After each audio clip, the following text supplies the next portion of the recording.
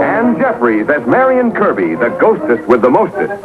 Robert Sterling as George Kirby, that most sporty spirit.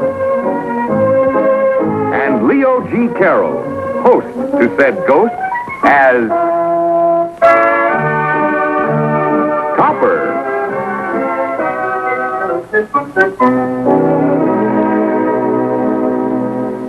Well, there goes my rook. Easy come, easy go. If that's the ghost you're playing with, he's obviously an imposter. Yeah, let's see him materialize himself.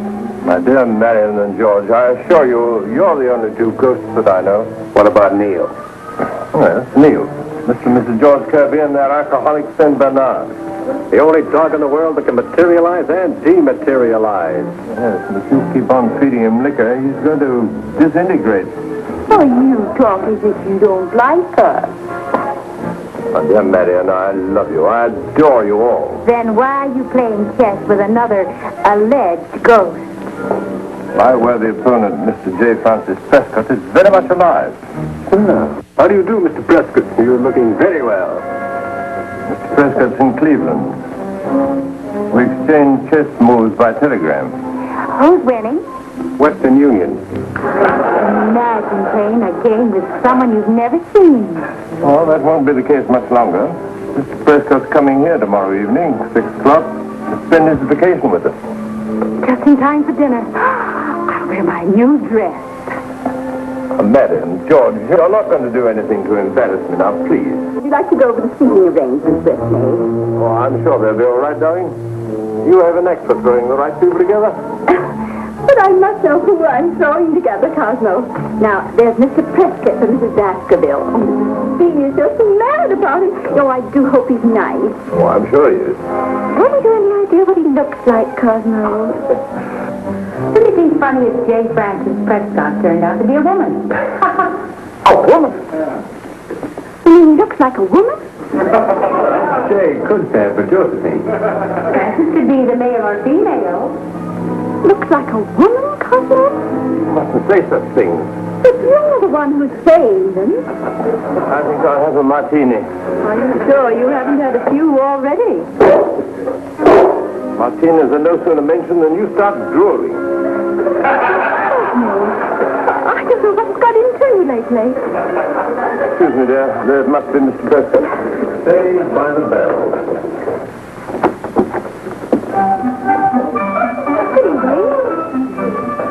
Good evening, Sonny. I'm James Francis Prescott. You're what? This happens every time I meet one of my chess opponents. I knew these things happened to you. But why do they have to happen to me? What's the matter? Is anything wrong? Is the rest of the house like this? Why, yes. We have only modern furniture. I won it on a quiz show. And why does she have to look so pop-eyed? Or is she just a hypothyroid? Come and meet your hostess, Sonny. She'll be delighted. Later, I want you to meet young Master Prescott. How nice of your father to bring you along. Oh, you don't understand, dear. This isn't J. Francis Prescott, Jr. This is J. Francis Prescott, period. Oh, well, you know, an infant prodigy. But he kept on beating you at chess. Henrietta, when Rugo Reshevsky was 7 years old, he played 15 simultaneous games at the chess club. And won them all. The mental faculties of the very young are infinitely sharper than those of adults of middle life. Cosmo, excuse us, Mr. Francis. Whatever are we going to do? Oh, about dinner, you mean? Mrs. Baskerville would never get over it. And I know how important she is to you in a business way, Cosmo. Quite simple, my dear. You leave it to me. Francis, you must be very tired after your long journey. No, I had enough this afternoon on the train, so I can stay downstairs for dinner if that's what you're insinuating. Well, tonight you'll have dinner upstairs. While you're here, you'll have to do as we say, just as if we were your parents. Yes. What about your parents, Francis? I have 2 of them. Well, you run along to bed. And tomorrow we'll have a lovely day. We'll go to the zoo. Why? Do you like the zoo? Perhaps if you'd like to play baseball, Henrietta. You like baseball, don't you, Francis? I haven't taken it up yet, but I'm working on some mathematical tables on the velocity and the trajectory of the spheres in motion. That should be useful. That should reduce the game to a cold science. Oh, well, anytime you can hit a home run with a mathematical table, you can play on my team. On Leo DeRocher's, too. Well, here you are. Everything you need.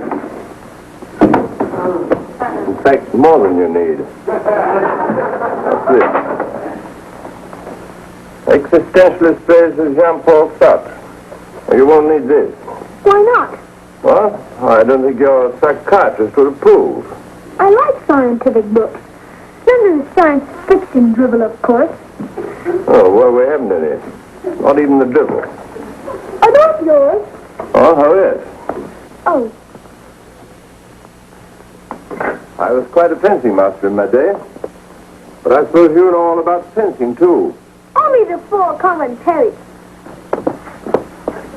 Oh, that's very good. And a fencing master taught me that in return for teaching himself. I see. Well, here's something you might like. Famous ghost stories, from Wilkie Collins to Rudyard Kipling. Oh, please. Don't you believe in ghosts either? Oh, please, Mr. Topper. This I've got to hear. Believe in ghosts? What preposterous rot. Well, don't, George. I think he's cute. And he's just a baby, and it's so touching. When I was 6 years old, I had a $2 magic set, with which I could reproduce most of the so-called ghostly manifestations. Well, I can assure you that I've seen manifestations that can't be reproduced on a $2 magic set. You have?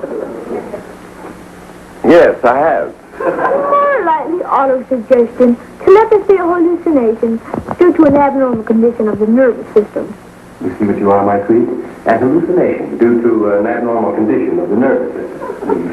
See, you don't believe that, do you, Doctor? Of course I don't believe it. But I can prove it. Francis, supposing I were to tell you there are 3 ghosts living in this very house, what would you say to that? I'd suggest you see my psychiatrist or your own. Oh, but it's true. You can't see them, of course, but I can show you that picture. I came across this the other day. Yeah. Look out of F. Scott Fitzgerald, aren't they? He said Tennyson he one type. Why, you little... And can't you just hear her say, beat me, Daddy, two to the bar? And that silly animal. Too big for a dog and too small for a horse. Despite your opinion of them, Francis, they met with a fatal accident while skiing. They were engulfed by an avalanche. That's their own fault for venturing to an avalanche area. Those things are posters, you know.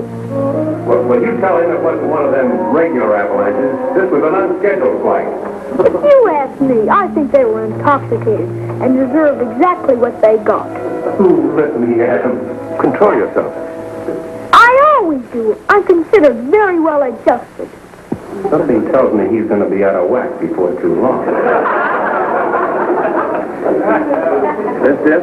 Our guests are here. I'll be right down. Did you have that installed to spy on me? Indeed not. That saves my wife's set. You can use this if you want to call for anything. And while you're entertaining your guests downstairs, we'll be entertaining your guests upstairs. You're telling a bedtime story. A ghost story, if you'll pardon the expression. Now, no shenanigans, please. I'm not the type for shenanigans, Mr. Topper. Oh, perhaps that's what's wrong with it, Francis.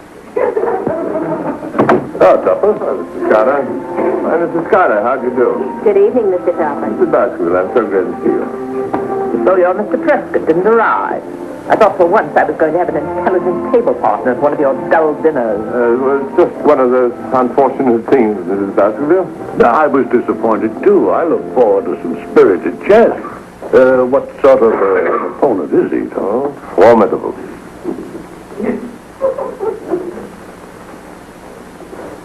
Mr. Topper, Yes? I'm opening with a queen's pawn to 3. Go to bed. As soon as you give me your move. King 4 to King 4. Go to bed now, or I have to come up and put you to bed. Butler, he's not feeling well. So I'm putting him to bed. Some waiter. Some waiter? He's a silent butler.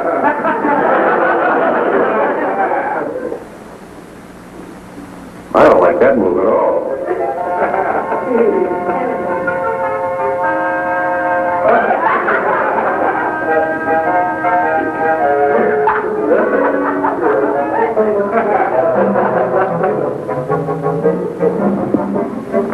I wonder if the sheet fits me.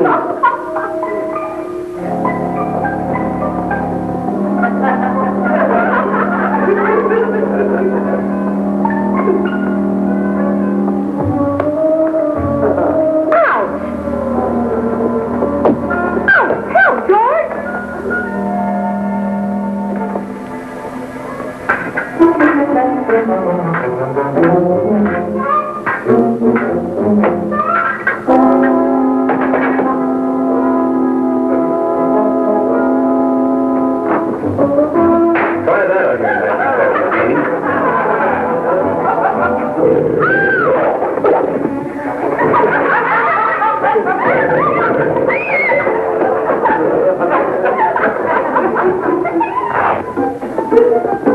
As we were having a perfectly lovely time sitting out there in the garden, it's full of the most beautiful How did flowers. you do it? Well, do what? The fencing. I can explain the sheep, but not the fencing. Author suggestion, or perhaps a slight hallucination. I suppose that invisible bite was an hallucination, too. Quite visible now. But who is this little boy, and what are you doing to him? This, Mrs. Baskerville, is J. Francis Prescott. I don't understand. Nobody does at first, but you get used to the idea. He's my chess opponent. You mean you've been playing with him? You went first, Jeff. Well, really, Topper. So this is the dinner partner you've been building up to me, Mr. Topper. Just our little joke, Mrs. Baskerville. He's going to have his dinner upstairs in his room. Oh, no, I'm not. Nobody's getting me back up in that room again. You know, Topper, the bank could easily get along without one of its vice presidents, but never without Mrs. Baskerville. She's our biggest account. Subtle as you are, Mr. Scala, I believe I know what you mean. Dinner is served. Mrs. Scala? Mrs. Topper.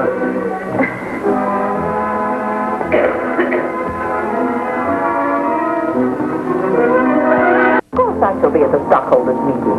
It's the 17th of next month, isn't it? Do you happen to know what day of the week it is?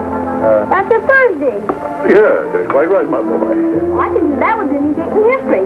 Like to try me? We believe you. You're quite a mathematician.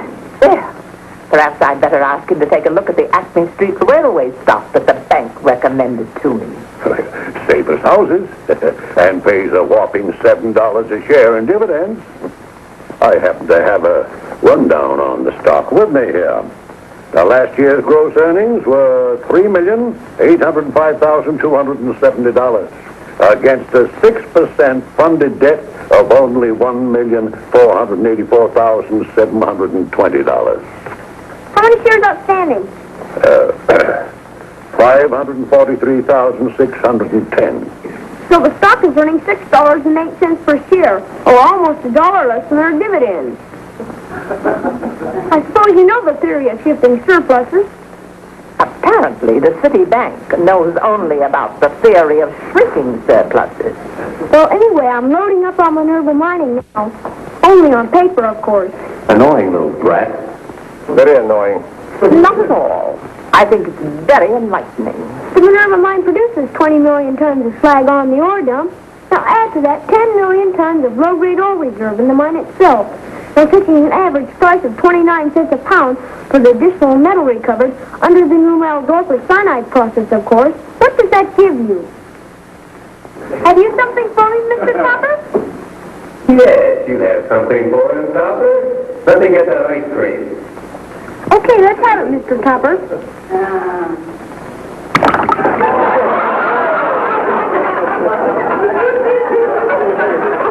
That's sweet, wonderful boy. But it really wasn't my idea. But, my dear Father, I'm just as anxious to get rid of him as you are. His parents have gone off on a vacation somewhere, leaving no forwarding address except an unidentified Canadian forest. But you must do something. Mrs. Baskerville wants me to go over all her investments with Francis. Next thing you know, she'll want him on our board of directors. Well, there with some brains on the board. What's that, Tupper? What are you saying? Sorry, I forgot that this board was a kind of family affair. And another thing, she's apparently bought out a toy shop for little Francis. A rocket ship or something. He better be playing with it when she comes over to see him. Well, perhaps I can get him to take off to the moon in it. Very funny. I wish I could joke about it. But then, of course, it isn't my job that's at stake. Now, where does this thing go? Right on the nose. On the nose. Hey, this is more fun than an electric train. We'll teach Master Prescott about rocket ships. Too bad it isn't real so we could take a trip. George, you never take me any place. What about the ski trip? I mean a round trip, not a place from which you don't come back. Okay, honey. Be my guest on the first spaceship to nowhere. I have a hunch we won't come back from there either. Now, how's that? Very good. All right. Now then. Oh, goodbye, you two. Here comes Francis. Oh, he can't see us. No, but I can. Kind of crowd things. Very well, but we'll be watching.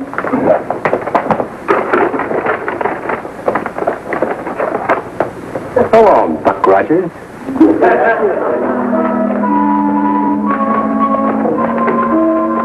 Come on, Francis. Here we are.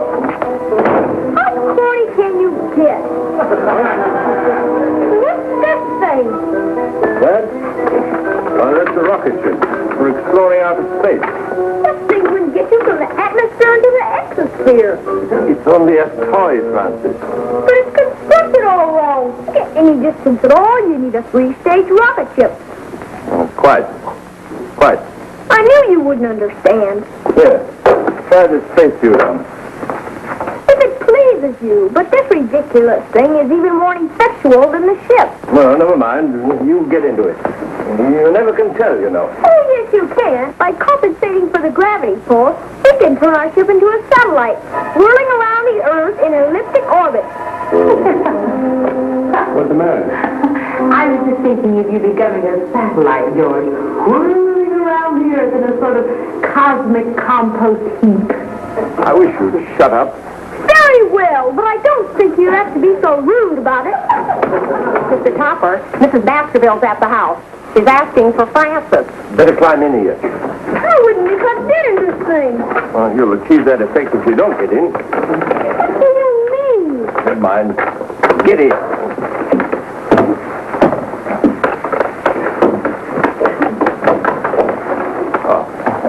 Oh, he's put it together already. Yes, all by himself.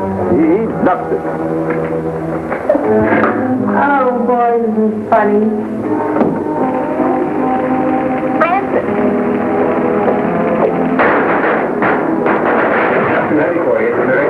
I've got a whole Down here this minute. He's all right, Mrs. Baskerville. He's got his spacesuit on.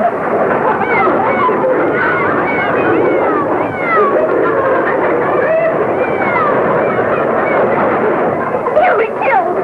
I'm going to get the police.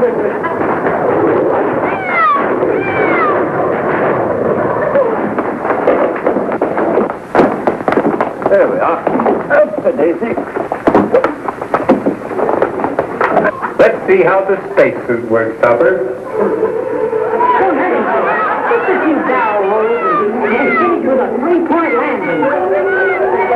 Do something. What are you, a man or a mouse? So, we were intoxicated when we were hit by an apple that day. Just now I wish I would have towed under a rock.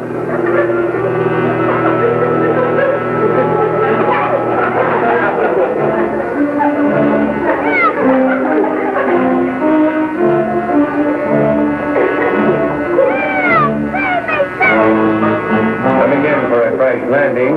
Coming in for a crash landing.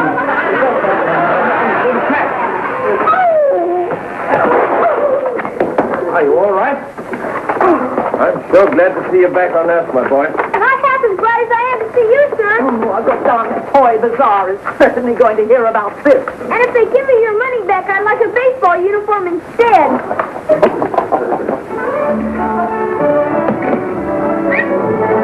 Nice feeling, Marion.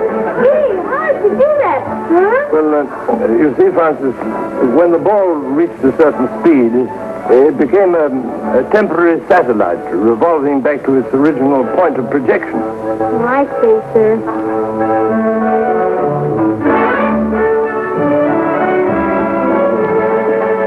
Nice to go, George.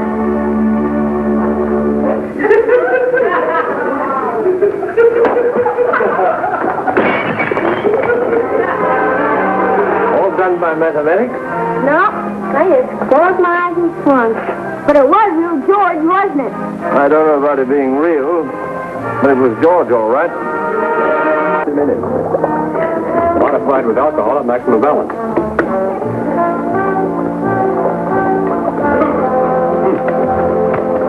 Do it.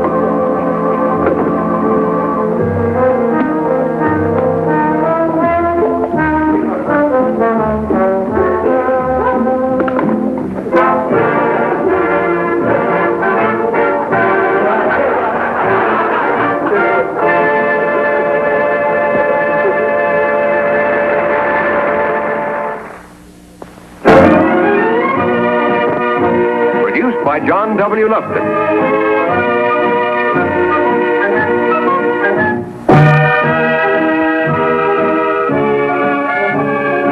A John W. Lufton, Bernard L. Schubert production. Starring Ann Jeffries, Robert Sterling, and Leo G. Carroll.